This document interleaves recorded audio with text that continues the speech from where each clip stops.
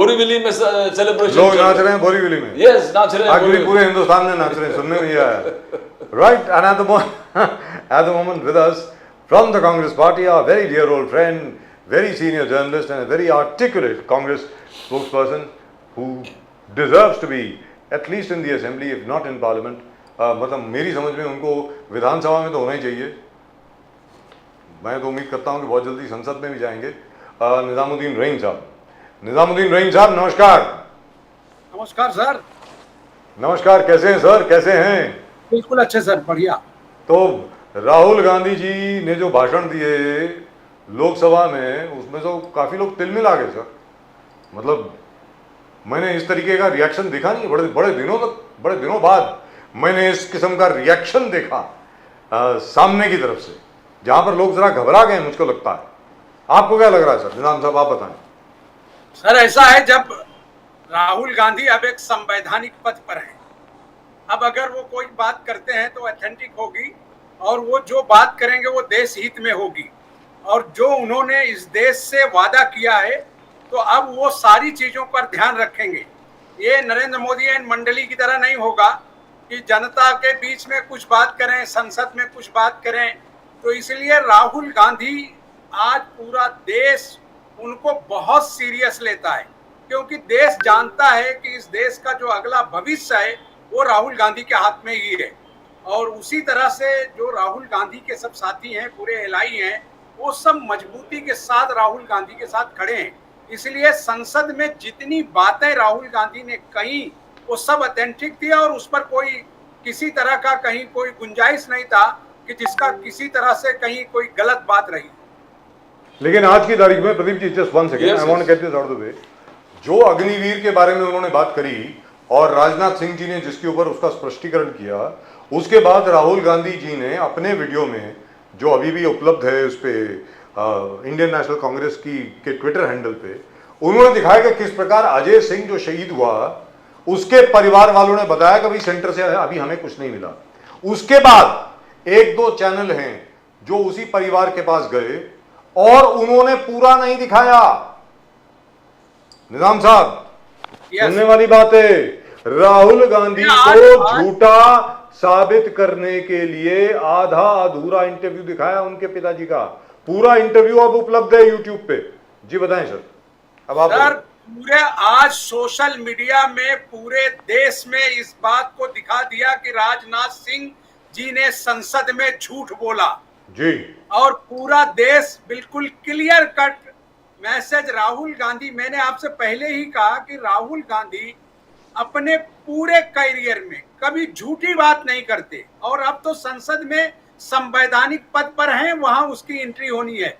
राजनाथ सिंह क्या, उनका पूरा कुनबा जो बीजेपी, आरएसएस और बजरंग दल का है, ये झूठ के पुलिंदे पर ही खड़ा है। आप जितने डिबेट आप देखेंगे, इनके जितने प्रवक्ता आते हैं, चाहे वो राज्य से हो चाहे केंद्र से हो, वो हमेशा झूठ का ही सहारा लेते हैं। भरी संसद में जिस तरह से खड़े होकर राजनाथ सिंह जी ने झूठ बोला, एक शर्म का विषय है। इन लोगों के ऊपर तो कार्रवाई होना चाहिए, इनको सदन से निकाल देना चाहिए, क्योंकि देश देख रहा है और सारा सोशल मीडिया पर और सारी जगहों पर वो सब बातें दर्ज हैं कि उन्होंने कोई पैसा नहीं दिया उनके परिवारों को। और आप जो है सिर्फ एक तरह से प्रेशराइज करके देश के सामने, अध्यक्ष महोदय को चाहिए कि वो थोड़ा सा ईमानदार हो जाएं और जो रियलिटी है, जो सच है, उसको दर्ज करें और देश को बताएं। बीजेपी का कहना है कि बीजेपी ने डेलीगेशन लेके कंप्लेन किया है स्पीकर ओम बिरला जी पे, राहुल गांधी जी पे एक्शन ले, बिकॉज राहुल गांधी जी झूठ बोली है संसद में। राहुल गांधी जी अग्निवीर पे झूठ बोला, एमएसपी किसान एमएसपी पे झूठ बोला, रिजर्वेशन पे झूठ बोला, संविधान पे झूठ बोल दिया, और आगे जाके उन्होंने कहा कि हिंदू धर्म को उन्होंने डिफेम किया। हिंदू धर्म के बारे में आलोचना जिस प्रकार से किया वो एक्सेप्टेबल नहीं है। तो ये 4-5 विषय को लेकर बीजेपी का डेलीगेशन ओम बिरला जी को कहा कि सख्त से सख्त कार्रवाई होना चाहिए राहुल गांधी जी के खिलाफ। निजामुद्दीन जी, ऐसा है, ओम बिरला सहित सब, आज भी ओम बिरला जो है वो आज भी आरएसएस के ही आदमी है। ओम बिरला जी अध्यक्ष की जो नीयत होती है, जो साफ होती है, इस देश ने एक से एक अध्यक्ष देखे हैं पार्लियामेंट में, जो जिस पार्टी से आते थे उनके विरुद्ध भी फैसला देते थे अगर कोई जरूरत पड़ी। जिन 5 विषयों को लेकर इनके लोग मिलना चाहते हैं, ये 5 विषय पूरा देश देख रहा है, इसमें किसी को बताने की जरूरत नहीं है। इसमें निजामुद्दीन राइन या कांग्रेस के प्रवक्ता या किसी को बोलने की जरूरत है ही नहीं, क्योंकि वो सारे विषय पब्लिक डोमेन में हैं और अपने आप ओपन हैं। इसलिए इस तरह की बातें करना देश को गुमराह करने के बराबर है। जहां तक राहुल गांधी का सवाल है, मैंने आपको बता दिया कि देश राहुल गांधी को सीरियस लेता है। इन्हीं राहुल गांधी को 10 वर्षों में हजारों करोड़ रुपया लगाकर जिस तरह से मोदी मंडली और उनकी बेईमान गोदी मीडिया उनको बदनाम करने का काम कर रही थी, संसद के पहले भाषण में, जैसे लोग कहते हैं ना कि बारिश आई और धुल गया, संसद के पहले भाषण में राहुल गांधी ने मोदी एंड मंडली को जिस तरह से धोया है और देश के सामने सच रखा है, अब उनको अगर शर्म आए तो आगे ईमानदारी से बहस करें और देश की जरूरतों को पूरा करें, न कि वो बीजेपी की जरूरत को पूरा करें। कैपिटल मार्केट, हिंदू धर्म, मोदी जी, जहां तक हिंदू धर्म की बात है, बहुत साफ शब्दों में मोदी जी को उन्होंने चेताया और बताया भी। और अगर आपने शंकराचार्यों का भाषण सुना हो तो उसमें उन्होंने एकदम क्लियर कह दिया, मोदी जी खुद हिंदू नहीं है, मोदी जी की पार्टी हिंदू नहीं है, आरएसएस हिंदू नहीं है। देश में जो हिंदू है 120 करोड़, उसमें से बीजेपी अपना हिंदुत्व खुद गढ़ती है। बाकी इस देश का जो हिंदू है वो सारे धर्म को की रक्षा करती है, अपने धर्म पर अच्छे तरह से चलती है, वो झूठ नहीं बोलती, वो भगवान के मंदिरों में सही ज्ञान देने के लिए अपने धर्म गुरुओं की बातों पर चलती है। राहुल गांधी ने यही तो कहा ना कि बीजेपी हिंदू नहीं है, पूरा हिंदू नहीं है। ये बातें जो राहुल गांधी ने कही है, देश के तमाम बड़े शंकराचार्य जो लोग मंदिर निर्माण के दौरान मोदी का विरोध कर रहे थे, वही लोगों ने आज जस्टिफाई कर दिया कि राहुल गांधी सही है और उन्होंने संसद में सही बात रखी है। काले धन पर वार करेंगे, मोदी जी ने कहा। मोदी जी ने कहा कि काले धन पर वार करेंगे, भ्रष्टाचार के खिलाफ हम काम करेंगे। ये हमारा मिशन है, जीवन का मिशन है, ये पॉलिसी है सरकार का। इसमें चुनावी जीत, चुनावी हार जीत से परे, चुनावी हार जीत से आगे बढ़कर एक मिशन लेके हम लोग चल रहे हैं। मगर आपके बारे में बोले कि कांग्रेस भ्रष्टाचार पे कुछ रोल ठीक नहीं है। कभी आम आदमी पे आरोप करता था, अब मोदी जी एक्शन लेने लगे तो मोदी जी को कोसने लगे। तो आपका स्टैंड भ्रष्टाचार पे ठीक नहीं है निजामुद्दीन जी। ठीक है, ऐसा है, मोदी जी जिस चीज को कह दें समझ लो कि मोदी जी उसका उल्टा करने जा रहे हैं। आपको याद है कि मोदी जी जब पहली बार सांसद बने और संसद में प्रवेश किया तो संसद के दरवाजे पे दंडवत गिर के और उन्होंने कहा कि मैं अब संसद की इज्जत करूंगा। उन्होंने संसद बदल दी, देश का मापदंड बदल दिया। आप भ्रष्टाचार की वो बात करते हैं, उनकी सरकारों में जितने केसेस भ्रष्टाचार के दर्ज हैं वो सारे के सारे सदस्य इनकी कम्युनिटीज में हैं। आप महाराष्ट्र से आते हैं, मैं महाराष्ट्र से आता हूं, अजीत दादा का पूरा रोल आपने सुना।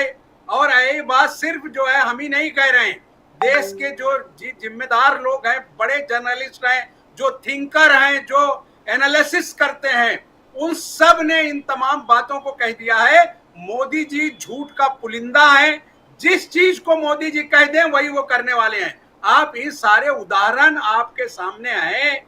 मोदी जी आपने देखा कि किस तरह से भ्रष्टाचार के लोगों को बढ़ावा दे रहे हैं और उनको अपने साथ ले आ रहे हैं। 500 से ज्यादा सदस्य जिनके ऊपर करप्शन के चार्जेज हैं, जिसमें बैंक डकैती समझ लो, एक तरह से करोड़ों रुपया लूटने वाले बैंकों का, खास करके कोऑपरेटिव सेक्टर्स के पैसों का, वो सारे करप्ट लोग आज बीजेपी की सरकार में, राज्य में और केंद्र में मंत्री हैं। तो इसमें बताने जैसी कोई चीज नहीं है। जिस दिन कोर्ट जस्टिफाई करेगा ये सब जेल के शिक्षे में होंगे। इसलिए इन बातों से मोदी जी का, जिस चीज को मोदी जी कह दें कि मैं ये करने वाला हूं, आप समझ लो कि मोदी जी उसका उल्टा करने वाले हैं। तो निजाम साहब ये बता दीजिए, कहा कि मैं भ्रष्टाचार खत्म करूंगा तो ये तय है कि जितने भ्रष्टाचारी हैं वो सब इनके दल में आएंगे और भ्रष्टाचार में बराबर का पैसा बांटेंगे। तो निजाम साहब ये बताएं क्या ये जो कंप्लेंट की गई है स्पीकर साहब के पास, एक अटकल मतलब जो अटकल लगाई जा रही है अभी, जो रूमर जो फैला हुआ है वो ये है कि हो सकता है कि एक बार फिर देखिए, ये लोकतांत्रिक देश है, जनता इस देश की मालिक है जी। 40 करोड़ लोगों ने बीजेपी को सरकार नहीं बनाने दिया है, चंद लोगों ने वोट दिया है और सर गिने गए, उनके मेंबर्स ज्यादा इसलिए बन गए। लेकिन जनता सुपर पावर है। अगर देखा जनता ने कि राहुल गांधी के साथ अन्याय होगा तो ये देश का करोड़ों आदमी बाहर निकलकर रोड पे इनकी व्यवस्था को ध्वस्त कर देगा, क्योंकि वो लोकतंत्र की सही प्रक्रिया है कि जो आदमी अपोजिशन में है अगर वो सही बातें रख रहा है तो मोदी जी मंडली की हिम्मत नहीं है। आपने राहुल गांधी की सदस्यता खत्म की, विदिन ए वीक भी नहीं उनका घर आपने खाली करवा लिया। आप ये अब इनकी जो बी टीम है वो पूरे तौर से ओपन हो गई है। अब जितनी भी बातें ये जनता के लिए जाके शिकायत करेंगे वो सब बातें संसद, मोदी जी में दम है तो एक चुनाव और करा के देख लें, जनता उनके फैसले को। सब कांग्रेस, ये सब उजागर करने वाले कांग्रेस है, मगर आज मोदी जी, केजरीवाल जी और पूरे ग्रुप को अंदर डाल दिया जेल में, तो सबसे ज्यादा आलोचना। देखिए, जब जो है उनके पास कोई साधन नहीं बचा है तो अब उनके पास केजरीवाल जी और इसी तरह के मुद्दे रहेंगे। आपने शिबू सोरेन वाले मामले में आपने देखा ना कि हाई कोर्ट ने साफ साफ कह दिया कि उनको गलत तरीके से डिटेन किया गया। क्यों नहीं प्रधानमंत्री जवाबदारी लेते? क्यों नहीं राष्ट्रपति जो है प्रधानमंत्री को तंबी करते? क्यों नहीं लोकसभा अध्यक्ष कहते कि हाई कोर्ट ने जब इनकार किया है तो इनकी एजेंसियां कैसे उन्हें गिरफ्तार करके उनको जेल में डाला? आज वो फिर से मुख्यमंत्री बन रहे हैं। इस तरह के झूठ फैलाकर लोगों को आप दिग्भ्रमित नहीं कर सकते, क्योंकि संसद में अब उनको एक एक सवाल का जवाब देना होगा। जिस विषय पर वो बात करेंगे उसका एथेंटिक जवाब देश और देश की जनता के सामने प्रधानमंत्री और उनकी मंडली को रखना होगा। अब झूठ बोलकर वो बच नहीं सकते, गोदी मीडिया अब उनको बचा नहीं सकती, क्योंकि कोर्ट ने भी अब निर्णय, आप देख लीजिए ना, दो मुख्यमंत्रियों को चुनाव में से दूर रखने के लिए उनको जेल भेजा। कोर्ट ने कह दिया कि कोई ऐसी चीजें नहीं बनती जिसमें वो शिबू सोरेन को रख सकते, लेकिन अभी उनको सर हेमंत सोरेन, शिबू सोरेन उनके पिताजी, सॉरी उनके बेटे को। तो ये जो विषय है ये तो अभी एकदम क्लियर कट हो गया ना सर, कि कोर्ट जो है जस्टिफाई कर रही है कि आपने इलीगल तरीके से एक सरकार को गिराकर उसके मुख्यमंत्री को जेल भेजा। कोर्ट कह रही है कि उसने कोई अपराध ये बनता ही नहीं है।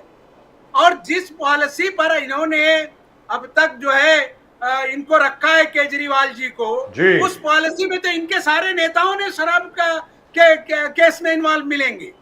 और जब कोई अपराध होगा तो अपराध करने वाले के पास प्रूफ तो मिलेगा ना। आज तक केजरीवाल के खिलाफ क्या प्रूफ मिला इनको? कौन सा एविडेंस इन्होंने दिया है? कौन सा पैसा जिसका ये कहते हैं कि 100 करोड़ रुपया संजय सिंह और केजरीवाल ने लिया, तो वो पैसा कहां गया? बैंकर्स इनके हैं, ईडी इनकी है, सीबीआई इनकी है, दिल्ली पुलिस इनकी है, तो वो क्या अपने आप आसमान में लेके उड़ गया? कहां गया वो एविडेंस? तो जनता को बेवकूफ नहीं बना सकते। थोड़े दिन में आप देखेंगे कि इनकी हालत ऐसी हो रही है कि अभी तो पहला ही सेशन था 3 दिन का, जब 2-4 हफ्ते का सेशन होगा तो आप देखना इनके लोग सवाल का जवाब देने के डर के मारे लोकसभा ही नहीं आएंगे। ये ऐसा निजामुद्दीन जी, मणिपुर कांग्रेस इंडिया अलायंस बार बार चिल्ला रहा था पार्लियामेंट में। अभी मोदी साहब ने बात की है मणिपुर पे, बोले कि ये सरकार is working continuously to bring peace in Manipur में शांति लाने के लिए सरकार 24 घंटा काम कर रहे हैं। होम मिनिस्टर अमित शाह बार बार मणिपुर जाता है, लोगों से मिलते हैं, नेताओं हम मीटिंग लेते हैं शांति लाने के लिए। मगर आप जो नफरत के राजनीति कर रहे हो, मणिपुर के जनता उस नफरत के राजनीति को रिजेक्ट करेंगे। मोदी जी का कहना है कि आप आग में घी डालने के काम करते हो। आप कहते हो कि सब कुछ ठीक था मणिपुर में आपके काल में, तो आपने 10 बार राष्ट्रपति शासन वहां पर क्यों लागू किया था? ये मोदी जी का आपको प्रश्न है। 10 बार आपने क्यों राष्ट्रपति शासन मणिपुर में लागू किया था? निजामुद्दीन जी, अब मोदी जी को सोचना चाहिए कि 4 महीने के बाद जब राहुल जी ने संसद में उनको हड़काया और जब ये एविडेंस पूरे सामने आ गए और जब संसद के पटल पर इशू आ गया, तब मोदी जी आज बयान देने को तैयार हुए। इससे पहले 4 महीने मोदी सरकार सो रही थी या कांग्रेस ने जाके अपने आप वहां की सरकार इनकी थी, डबल इंजन की सरकार, केंद्र में इनकी सरकार, राज्य में इनकी सरकार। तो कैसे कह सकते हैं मोदी जी? और दूसरी चीज, पूरा देश देख रहा है, आज भी मणिपुर जल रहा है। जिस तरह से मणिपुर के बहनों के साथ जो अन्याय हुआ है, मोदी जी उस पर क्यों नहीं बोलते? आज मोदी जी बोल रहे हैं वहां शांति व्यवस्था है। अगर वो शांति व्यवस्था है तो देश के सामने उसके पिक्चर दिखाओ ना। अमित शाह तो पूरे दौरान कश्मीर जाते रहे, पूरे दौरान मणिपुर, लेकिन वो जाकर उन्होंने क्या किया? जाकर उन्होंने उन चीजों को बढ़ाया जिससे देश के सामने नई पिक्चर आए। लेकिन पूरे देश ने देखा कि मणिपुर में जो कुछ हो रहा है या जो कुछ हुआ, वो इस देश के इतिहास में बीजेपी के लिए कलंक है, इस सरकार के लिए निजाम साहब चलते चलते राज्य और केंद्र की सरकार कुछ नहीं कर सकी। निजाम साहब चलते चलते एक नई चीज हुई है, उससे वो आपके सामने रखना चाहता हूं। ये टाइम्स ऑफ इंडिया मेरे सामने है, यहां पर लिखा है कि पिछले 17 दिन में बिहार में 12 पुल ढह गए हैं। 12 पुल ढह गए साहब बिहार में पिछले 17 दिनों में। सिवान में, छपरा में, मधुबनी में, अररिया में, ईस्ट चंपारण में और किशनगंज डिस्ट्रिक्ट में। और आज तो मतलब अजीबोगरीब मसला हो गया, सारण में, बिहार में जो सारण है, वहां पर 3 ब्रिज ढह गए हैं सर पिछले 2 दिन में। सर आज भी एक गिरा है, आज भी एक गिरा है, उसी की बात कर रहा हूं। अब तो लोग ये कह रहे हैं कि 2014 के बाद बिहार में जितने ब्रिज बने हैं, अब तो लोगों से कह रहे हैं भैया उसके आसपास मत जाओ, वो किसी मोमेंट भी गिर सकता है। तो क्या उस भ्रष्टाचार में मुख्यमंत्री को गिरफ्तार करेंगे क्या? या वहां की क्योंकि प्रमुख जो होता है वही उसका मालिक होता है। तो जो मुख्यमंत्री 10 बरस से है और ये ब्रिज गिर रहे हैं तो पूरा देश देख रहा है, तो अगर इसका जिम्मेदार वो किसे ठहरा रहे हैं? अगर ये घोटाला हुआ है तो उनके पीडब्ल्यूडी मिनिस्टर को अरेस्ट करना चाहिए, उनके मुख्यमंत्री को बर्खास्त कर उसे जेल भेजना चाहिए और उन तमाम ब्रिजेस के बाकी का एडिट करना चाहिए। अगर गिरने की पोजीशन में है तो अभी से गिराकर उसको भी खत्म करें, क्योंकि उसमें अगर लोगों की जान जाएगी तो कौन जवाबदार होगा? इसलिए इससे घटिया बात क्या होगी कि 2014 के बाद देश में जितने भी चीजें बनी हैं इस तरह की, वो सब गिर रही हैं। लखनऊ एयरपोर्ट का आपने देख ही लिया, दिल्ली एयरपोर्ट गिर रहा है आपने देख लिया, मुंबई में नया ब्रिज जो अभी पानी कोस्टल रोड बना उसके अंदर दरार आ गई, अटल सेतु में दरार आ गई। तो भैया 2014 के बाद जितनी इमारतें बनी हैं उन्हें जो है डेंजरस घोषित करके उनकी जांच कराई जाए और स्पेशल पैनल्स में लोगों को बिठाकर एडिट कराए, देखें कि भैया ये इस लायक है क्या कि इसके बाद वो झेल सकेगा। आप देखिए कि पिछले सरकारों के दौरान जो इमारतें बनी हैं वो अटल उसी तरह से खड़ी हैं, लेकिन इनकी 2014 के बाद जितने डेवलपमेंट के काम इन्होंने किए हैं वो या तो गिर रहे हैं या फट रहे हैं या किसी तरह से उसमें बुराइयां आ रही हैं। एक और चीज बता दूं सर आपको, मुंबई की आज वेस्टर्न एक्सप्रेस हाईवे पे कनेक्टर ब्रिज जो है जोगेश्वरी पे, उसका स्लैब गिर गया अभी 4 घंटे पहले। सर मैं वही कह रहा हूँ, पूरे देश में हो रहा है अभी। ये कांग्रेस की साजिश तो है नहीं, हथौड़ा लेके कांग्रेसी जाके गिरा दे रहा है। अब अगर ये जिस पर ये टिके थे, जो इनकी बेस थी, आप भगवान राम की नगरी का आपने हाल देखा ना, कि वो पूरा राजपथ जिसमें लोग जाते हुए गिर रहे थे। और ये बात कोई नेता नहीं कह रहा था, राज्य के महापुजारी जो वहां के इंचार्ज हैं उन्होंने कहा कि ये सब चीजें गलत हो रही हैं। शंकराचार्य को आके बाहर कहना पड़ा कि ये ऐसा अमृत काल है कि सब इसमें तबाह हो जाएंगे। उसके बावजूद भी अगर इनके लोग झूठ बोलते हैं, सच का सामना नहीं करना चाहते, तो अब ये तो दुर्भाग्य है देश का। Right, thank you so much sir. Nizam साहब, बहुत बहुत शुक्रिया आपका हमारे साथ जुड़ने के लिए। बड़ा you, मजा आता है सर आपसे बात करके। आपका विश्लेषण बहुत सटीक होता है, बहुत जबरदस्त होता है। Thank you. एक बार फिर आपको बहुत बहुत शुभकामनाएं और नमस्कार।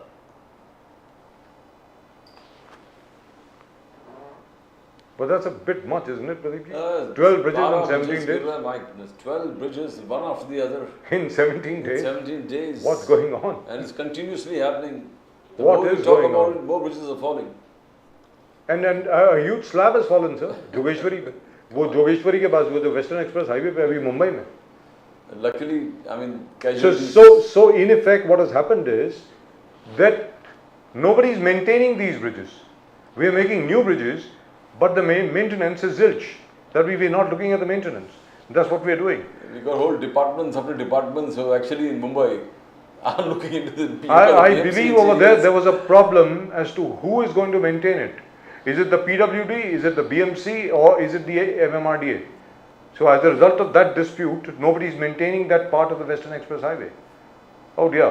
So which means next time you travel on the Western Express Highway, you better hold on to whatever you can. Well, we'll talk more about that tomorrow. The law has to be much more stern